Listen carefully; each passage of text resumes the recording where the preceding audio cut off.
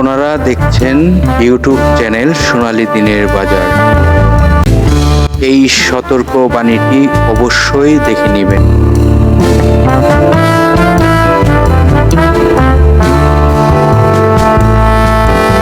আসসালামু আলাইকুম সম্মানিত বিনিয়োগকারী ভাই ও বোনেরা, আশা করি সবাই ভালো আছেন। আজকের ভিডিওর টপিকটি আপনারা ইতিমধ্যে ফলো করেছেন যে শেয়ারগুলো নিয়ে কঠিন সিদ্ধান্ত নিতে হবে আমাদেরকে। দেখুন, এই মুহূর্তে কোন শেয়ারগুলো নিয়ে কঠিন সিদ্ধান্ত নিতে হবে সেই বিষয়গুলো আপনাদেরকে বোঝাবো। আশা করি আপনারা মনোযোগ দিয়ে বুঝবেন এবং অন্যদেরকেও বুঝবার জন্য সুযোগ করে দিবেন শেয়ারের মাধ্যমে। আপনারা বিভিন্ন সোশ্যাল মিডিয়া প্ল্যাটফর্মে শেয়ার গ্রুপে যুক্ত রয়েছেন, আশা করি এই সহযোগিতাটি করবেন। তার পূর্বে আমরা বৃহস্পতিবারের বাজারের কিছু হিস্টোরি দেখার জন্য চেষ্টা করব। আপনারা সকলেই অবগত রয়েছেন প্রায় 58.23 পয়েন্ট মাইনাস হয়েছে ডিএসসি 100 সূচক এবং বাজারের লেনদেনের গতিটি যদি আমরা দেখি তাহলে ইতিমধ্যেই দেখতে পারতেছি 306 কোটি টাকা প্লাস লেনদেন হয়েছিল এবং দর বাড়ার তালিকায় যদি আমরা শেয়ার সংখ্যা দেখি তাহলে দেখতে পারলাম 52টি কোম্পানি ছিল দর বাড়ার তালিকায় এবং দর হারার তালিকায় ছিল বিশাল আকারের 293টি কোম্পানি। 48টি কোম্পানি ছিল যে প্রাইজে ওপেনিং ছিল সেই প্রাইজে ক্লোজিং হয়েছে। আমরা যদি সেক্টরের দিকে তাকাই তাহলে দেখতেই পারতেছি যে 52টি কোম্পানি যে পজিটিভে ছিল, দর বাড়ার তালিকায় ছিল, সেখানে যেমন ফার্মা সেক্টরের কিছু স্টক ছিল, যেমন ফুড সেক্টরের ছিল, ফুয়েল সেক্টরের ছিল, ব্যাংক সেক্টরের ছিল, এরকম বেশ কয়েকটি সেক্টরের শেয়ার সংখ্যা ছিল 52টি পজিটিভে। তো আমরা দেখতে পারলাম যে গত বৃহস্পতিবারের অবস্থানটি এবং এই অবস্থান থেকে আমাদেরকে সুন্দর একটি অবস্থানে কবে নিয়ে যাবে, কবে নেওয়ার জন্য চেষ্টা করবে সকল অথরিটি এবং নিয়ন্ত্রণ সংস্থা, কখন এই ইনভেস্টর যারা ইনভেস্ট করে থাকে তাদেরকে প্রেসার কেয়ার সৃষ্টি করে ইনভেস্ট করাবে। দেখুন, বিনিয়োগকারীরা পুঁজি হারাতে হারাতে দিশাহারা হয়ে গেছে এখন। তো আমরা জানবো বাজারের সাপোর্ট কোথায়, যা বাজার কখন ঘুরতেও পারে। আর যে স্টকগুলো নিয়ে আপনাদেরকে আজকে কিছু আলোচনা করার জন্য চেষ্টা করিতেছি সেটিও আপনাদেরকে ক্লিয়ারভাবে বোঝানোর চেষ্টা করব। দেখুন, বাজার এই মুহূর্তে অনেক কারেকশন হয়েছে, আবার সেই কারেকশন থেকে বাজার কখন ঘুরতে পারে। দেখুন, আপনাদেরকে পূর্বে একটি সাপোর্ট দেখানোর চেষ্টা করেছিলাম এর আগের যে যারা ভিডিওগুলো দেখেছিল, যে বাজার যখন একটু কিছুটা মুভমেন্টের জন্য চেষ্টা করেছিল। এখন ডিএসসি 100 সূচকের সাপোর্ট কোথায়? ডিএসসি 100 সূচকের সাপোর্ট হলো 5226। 5226 থেকে আশা করি ডিএসসি 100 সূচক এখান থেকে ইউটার্ন নিবে। এইখান থেকে ইউটার্ন নিলে আমাদের জন্য খুবই ভালো হবে এবং প্রতিটি বিনিয়োগকারী তার তো পুঁজি হারাতে হারাতে দিশাহারা হয়েই গিয়েছে, আর যেন দিশাহারা না হয়। তো আশা করি আমরা বুঝতেই পারছি যে আগামী দিনে 2-1 কার্য দিবসের মধ্যে আশা করি যে বাজারের একটি ইউটার্ন চলে আসবে।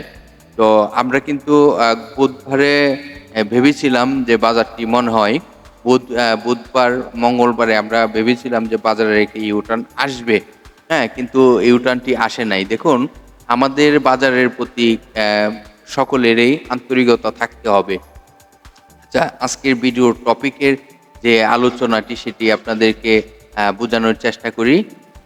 আমরা এই মুহূর্তে যাদের হাতে যে স্টকগুলো রয়েছে সে স্টকগুলো এই মুহূর্তে কঠিন অবস্থায় ধরে রাখবো, কারণ এই মুহূর্তে যদি আমরা এই স্টকগুলো ছেড়ে দেই তাহলে কিন্তু আমরা ক্ষতিগ্রস্ত হব। দেখুন, এমনিতেই পুঁজি হারাতে হারাতে আমাদের পোর্টফোলিওতে প্রায় 70-80% করে পোর্টফোলিওতে ব্যালেন্স নাই হয়ে গিয়েছে। তো এই মুহূর্তে যদি আমরা ভুল কোনো সিদ্ধান্ত নেই তাহলে কিন্তু আরও পুঁজি আমাদের জিরো হয়ে যাবে। তো সেজন্যই বলবো, যার হাতে যে স্টকগুলোই থাকুক না কেন এই মুহূর্তে কোনো স্টকই যেন এমন কোনো ভুল সিদ্ধান্ত নিব না যে আমরা আরো ক্ষতিগ্রস্ত হব। তাহলে আমাদের হাতে যে স্টকগুলো রয়েছে, যাদের হাতে যেই স্টকই থাক না কেন, এই স্টকটি এই মুহূর্তে সেল করা যাবে না। তাহলে আমরা এখন থেকে প্রতিজ্ঞা করব এই বিক্রয় থেকে আমরা বিরত থাকব। দেখুন, বিক্রয়ের পেশার থেকে যদি আমরা বিরত থাকতে পারি, তাহলে কিন্তু বাজার ইউটার্ন আসতে বাধ্য। আর বাজার ইউটার্ন আসলে তখন আমরা পরিকল্পনা করব কি করা যায়। তো এই মুহূর্তে আপনাদেরকে আমি অনুরোধ করব, আপনাদের কাছে আমি অনুরোধ করে জানাচ্ছি যে এই মুহূর্তে আপনাদের হাতে থাকা স্টকগুলো সেল করবেন না। বাজারকে সেল প্রেসারে নেবেন না এবং লসের দিকে যাবেন না। তো এই মুহূর্তে সেল থেকে বিরত থাকুন, বাজার স্বাভাবিক হতে বাধ্য হবে। আর আমরা এই বাজার খারাপ সময়ে কিন্তু কিছু স্টকের অবস্থান দেখতে পারছি, যেটি আপনারা এই মুহূর্তে দেখতে পারতেছেন। কিছু জেট স্টক হল্টেড হয়েছিল গত বৃহস্পতিবারে। এর মধ্যে ফার্মা এটিও কিন্তু হল্টেড অবস্থায় ছিল। তো দেখুন, কিছু শেয়ার কিন্তু খারাপ বাজারও হল্টেড হয়। এটি দেখে কিন্তু আমরা খুব ভালো একটি সংকেত তা নাই, কারণ আমরা জানি যে গত বৃহস্পতিবারে 52 কোম্পানি পজিটিভে ছিল, সামথিং করে প্রফিটে, মানে সামথিং করে প্রাইজে বেড়েছিল। তো এগুলো আসলে বাজারের শুভ লক্ষণ নয়। বাজারে 293 যদি সংখ্যাটি থাকতো পজিটিভে, তাহলে তাদের একটি ভালো অবস্থান দেখা যেত এবং বাজারের এই যে ভলিউমটি, এই টাকার ভলিউমটি অবশ্যই এটিও ভালো হতে হবে। দেখুন, 1000 কোটি, 1200 কোটি, 1500 কোটি, 2000 কোটি বাজার হলেই কিন্তু বাজারের একটি স্বাভাবিক পর্যায়ে যাবে, কিন্তু এর আগে বাজার যে স্বাভাবিক সেটি কিন্তু নয়। তো আমাদেরকে কিন্তু আমাদের এই মুহূর্তে ভুল কোনো সিদ্ধান্ত নেওয়া যাবে না।